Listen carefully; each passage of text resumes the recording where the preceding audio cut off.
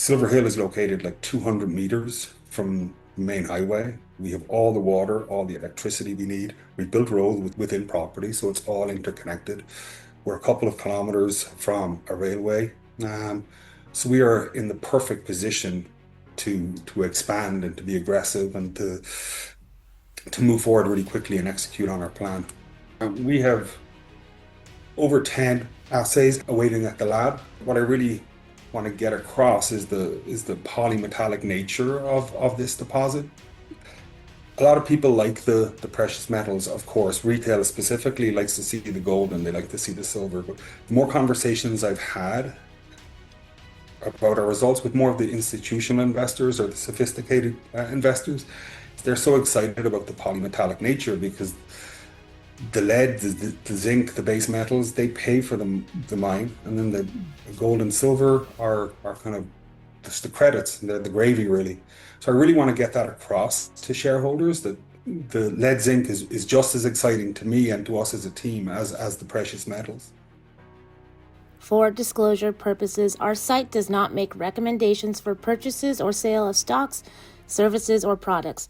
Nothing on our site or this podcast should be construed as an offer or solicitation to buy or sell products or securities. All investing involves risk and possible losses. This podcast is for entertainment purposes only. For disclosure purposes, Metalsource Mining Inc. is a paid-for sponsor on the Exploring Mining podcast. Joe, it's great to have you on the show. For investors and following that is new to the Metalsource mining story, I want to just first start off with some of the history behind North Carolina, as probably a bunch of us aren't as familiar as we should be about there. Yeah, North Carolina was one of the oldest mining districts in the United States. Silver Hill, for example, our flagship property, was the first ever silver mine in the United States. So the Carolina Super Train, which is a land mass running through both South and North Carolina, has been one of the most prospective land packages in the United States, so certainly on the eastern seaboard. Very, very rich in gold and silver, but also polymetallic deposits.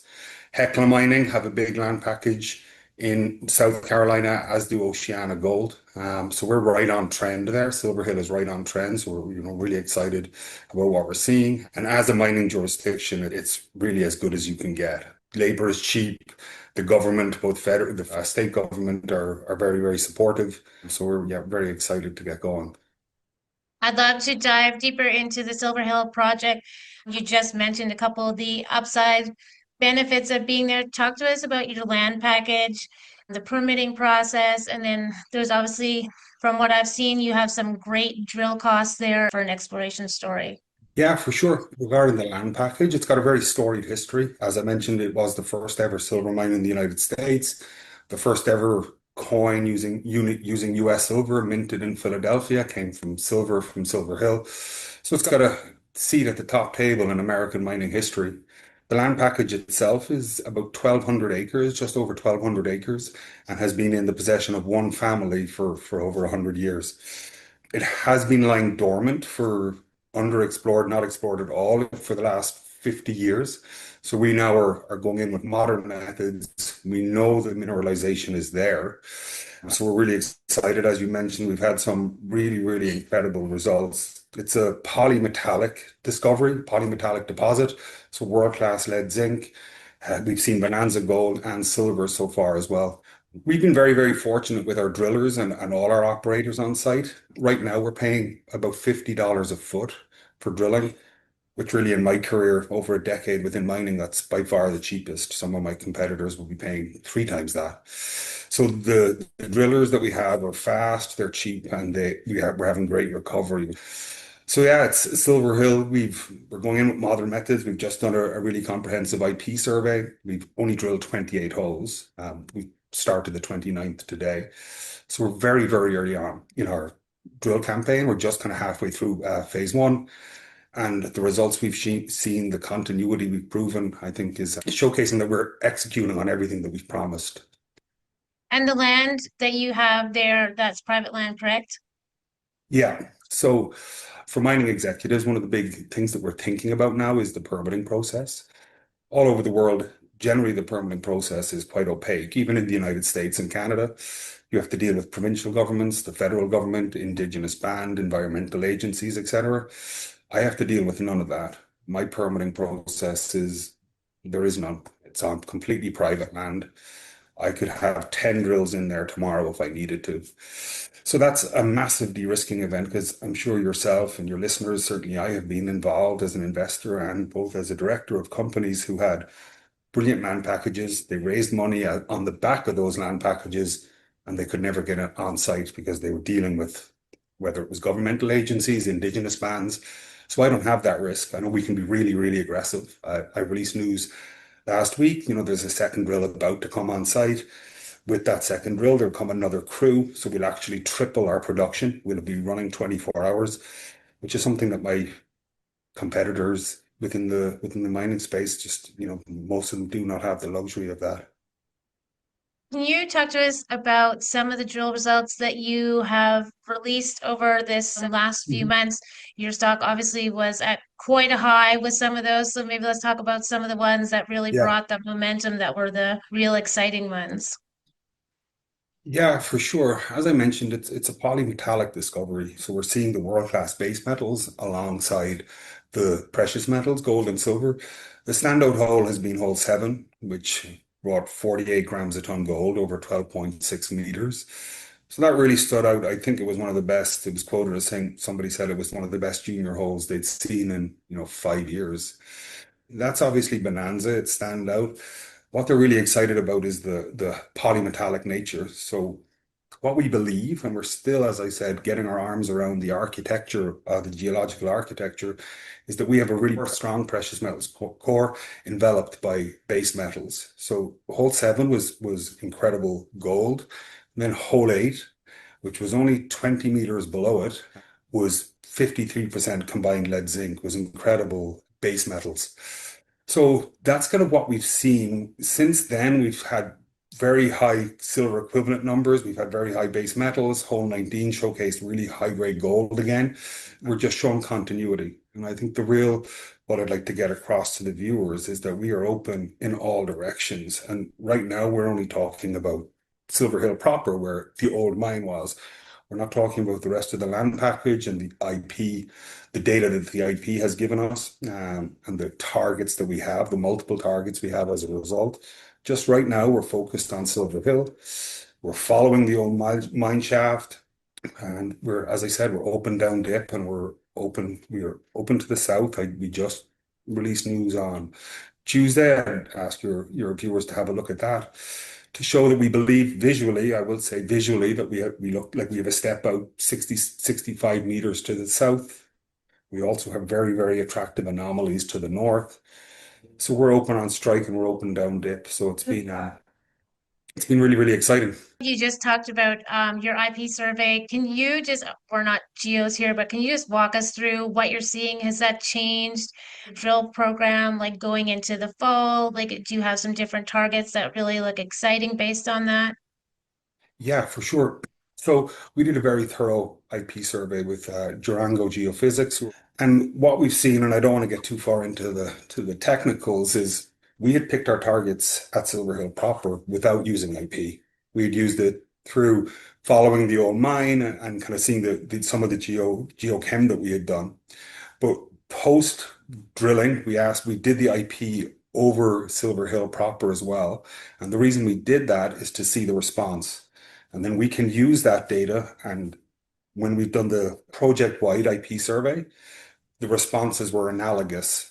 The resistivity and the polarization was analogous to Silver Hill proper. And what that shows us is obviously that the data can be trusted and it has come up with multiple targets. We're looking at, again, I released news last week, 2.4 kilometers of strike. The deposit seems to be very, very well behaved, which means that we're very, very confident in the targets that we'll pick. Obviously, we have access now to a second drill.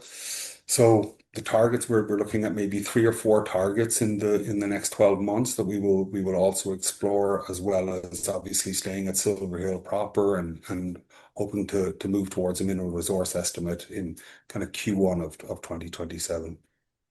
And for Silver Hill, you're able to drill all year long, right? Like you have sky's the Yeah. limit. And as I mentioned, like now more than ever, the permitting process, the jurisdiction, the access to water, to electricity, to logistics is more important for mining executives because we've seen, different companies have had issues with the jurisdictions that they've been in, whether it's unsafe for their employees or whether, the property rights aren't as well respected. We're in North Carolina in the United States, which is the best jurisdiction you can be in. We're on private land, which is, obviously there is no permitting process. It's absolutely perfect. Silver Hill is located like 200 meters from the main highway. We have all the water, all the electricity we need. We built roads within property, so it's all interconnected. We're a couple of kilometers from a railway. So we are in the perfect position to expand and to be aggressive and to move forward really quickly and execute on our plan. Do you want to quickly go over? You have some great strategic add-ons for your board, your technical team, again, all really qualified on the US side. Do you want to Mhm. just kind of give a broad explanation For of some of sure. those people? Yeah, for sure. So Tom Kleberg, I think, would be the person to start with. He's my COO. And Tom he's a geologist and he has been the custodian of these properties for 35 years for the families that own the land. So within that time, the old timers, it was mined in 1838. It started in 1838. Between then and now, only two companies have had a look at this property. That data is not public. So that data, Tom was the custodian of, he aggregated it. So we only have access to that. So he has a real intuitive knowledge of the property. The targets he's picked so far, they've pretty much all been, winners. We've showcased continuity. So he's been a massive addition. He obviously knows the locale, he knows the community. So it's been really, really a massive bonus for the company. Adam Falkov was brought on as a board member just within the new year. He has been an executive at Microsoft, at Disney. He's a member of the Trilateral Commission. He has a lobby group in the United States that's focused on minerals. He's very close to four administrations, but particularly to this administration right now. So he's been a really, really good, especially when you're looking at the long term, where we want to go and where we expect to go, to have that kind of piece in place already with Adam. Obviously this is an American mine. It's very important to America. Mining has moved from being just technical to political. We can see that in the macro environment, especially with kind of maybe Asia, with China. And I think America are playing catch up. So to have that access in Washington, we think is very important, and it will become even more so in the coming years as obviously grow the deposit and hope to get into feasibility study. So we've talked about some fantastic parts of the Metalsource mining story. Let's talk a little bit about you. You're fairly new to the CEO space, and the company is fairly new as well. What stands out to me is how many catalysts you have achieved in quite a short time. I have been working in the public markets for 11 years. I've been CEO here of for about 4.5 years. I was one of the founding shareholders, so I'm, very much I've had to do a lot over the last 4 years. The environment, the both for junior mining and in the macro environment has been choppy at best. For me, yeah, I'm not a geologist, obviously, but I have surrounded myself with a really, really strong team, both on the finance side and on the property geological side. I suppose the lifeblood of junior mining, and there's a lot of things that can go wrong, and a lot of ways that you can lose money or fail. But the lifeblood is access to capital. I have showcased since the very beginning that I have access to capital and that people trust me with their money. Since even October, I've raised $11 million and we have been aggressive with the program. I have an incredible team around me who I delegate to, the geology and what happens in the property operationally. Obviously, I'm part of the meetings, but I delegate that to Tom and to Dale, and I've been completely proven correct. So yeah, I know what I know and I don't know what I don't know. And so far, I think, it's specifically since we got our hands on Silver Hill, which was a deal that took a long time and there was a competitive environment. I think I've showed that I can be trusted with my investors' money. We spoke about at the beginning that, after hole seven, I think we were a small bit overbought. I think, we went up to 225 realistically. I spoke to investors who were getting giddy and I said, hold on here, we need to showcase continuity. It was our seventh hole. I knew there'd be a pullback. I think right now we're oversold. I think there's a lot of upside, but I know what I know and I know what I don't. And I think I can be, yeah, I've showcased that I can execute and that I can manage the company and manage my shareholders' money well. Like you just mentioned, the financials, what do you have in the bank right now? And then also the share structure, what's outstanding? So right now we have about $4.2 million in the bank Canadian. Our burn is about 230,000 dollars a month. That will obviously increase now that we have a second drill coming on site. So I'm under no pressure to raise money. I'm under no pressure whatsoever to raise money. Regarding the share structure, we have 71 million shares out, fully diluted. We're at just over 99 million. So I always tell people the geological structure is a massive positive, and I think the financial structure also. I have I'm very fortunate with the shareholders that I do have, a very strong shareholder base. So yeah, all the ingredients are there. Some of the deals that are out there, they've hundreds of millions of shares out. It's very, very hard for that stock to, no matter what they do in the ground, it's very, very hard for that stock to move. We've been very, very selective about who's gotten into our financings. Most of the people who were in my 75 cent financing, in fact, all the people in my 75 cent financing had been in at least one other financing. Eric Sprott has been involved with, I think, in every financing I've done, maybe bar one.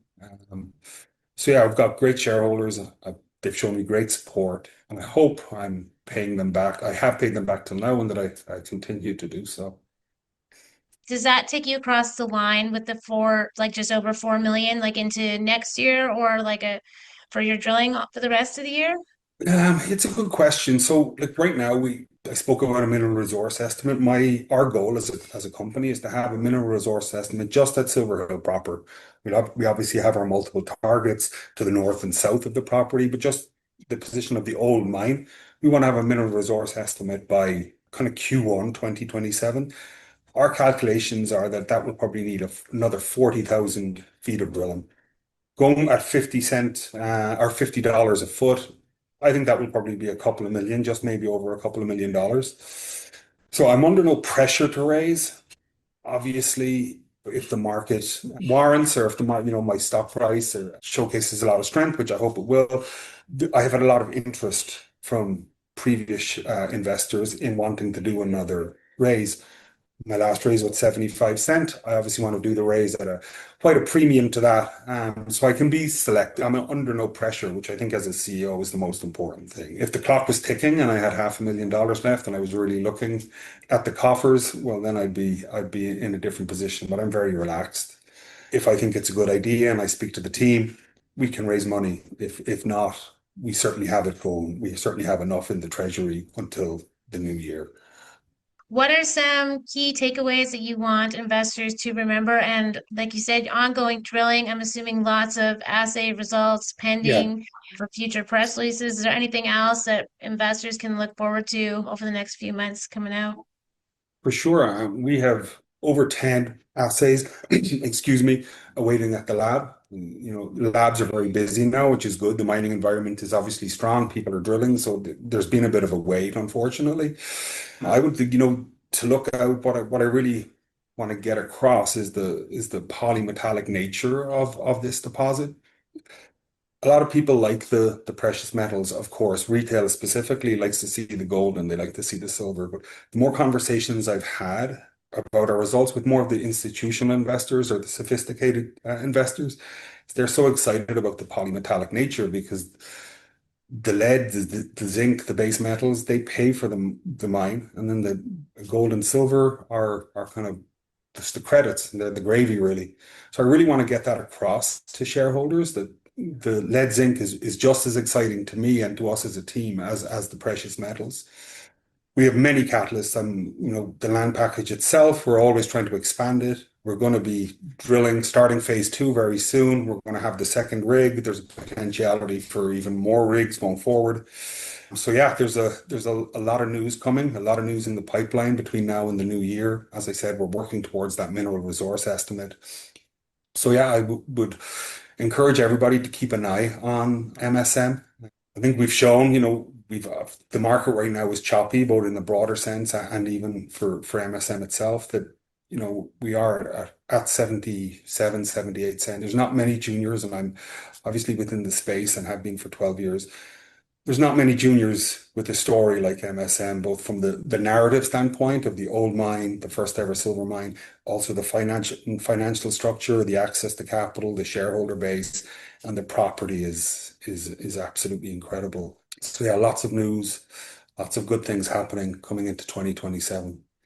Fantastic. And final question, I don't know if you have the answer to this, but because of the historics and the team that you have involved that really knows the project, are there any historical of like what the old resource was or how many ounces were in the ground? So people, obviously you don't have your mineral resource right now, but is there a ballpark of what was Well, thought was there? luckily for us, they left the vast majority of it behind. They were using literally pickaxes and candles. That's what they were using to mine. So the honest answer is no, there's a massive amount of upside. I spoke to the continuity to being open at depth. What I will say is that we're at about 280 meters. Tennessee Copper, who did some work on the property in the 60s, they got drill results that were very, very, very good at 530 meters. So we're still, 250, 260 meters from that. So we have no reason to believe like these deposits of VMS ZX hybrid, which is what we believe it is, they can run for kilometers. We've just visually, I will say that we have to wait for the drill results for 27, but we've just showcased, we believe, a step out of 66 meters to the south, which is our largest step out, which has increased strike from 101 meters to about 166. We also have really strong anomalies, 150 meters to the north. So I don't want to be painted into a number. What I will say is that with every drill hole, the ounces in the ground are increasing, and that's all we're trying to do. We're trying to systematically drill it, increase grade, increase tonnage, and so far so good. But as I said, hopefully the mineral resource estimate, I'll be able to shout it from the hilltops in Q1 of 2027. Joe, this has been fantastic. I totally appreciate your time. How can investors or following get a hold of you? Like, what are the social media or where can they reach out to the team? Yeah, for sure. We're at www.metalsourcemining.com. We're on LinkedIn. We're on Twitter. I'm also on LinkedIn, so please feel free to follow me. My number is on the website. My email is on the website. I'm always happy to speak to investors. We also have an IR firm whose details are also on the website. So we're very, very easy to contact, and we're very, very happy to speak to any would-be investors.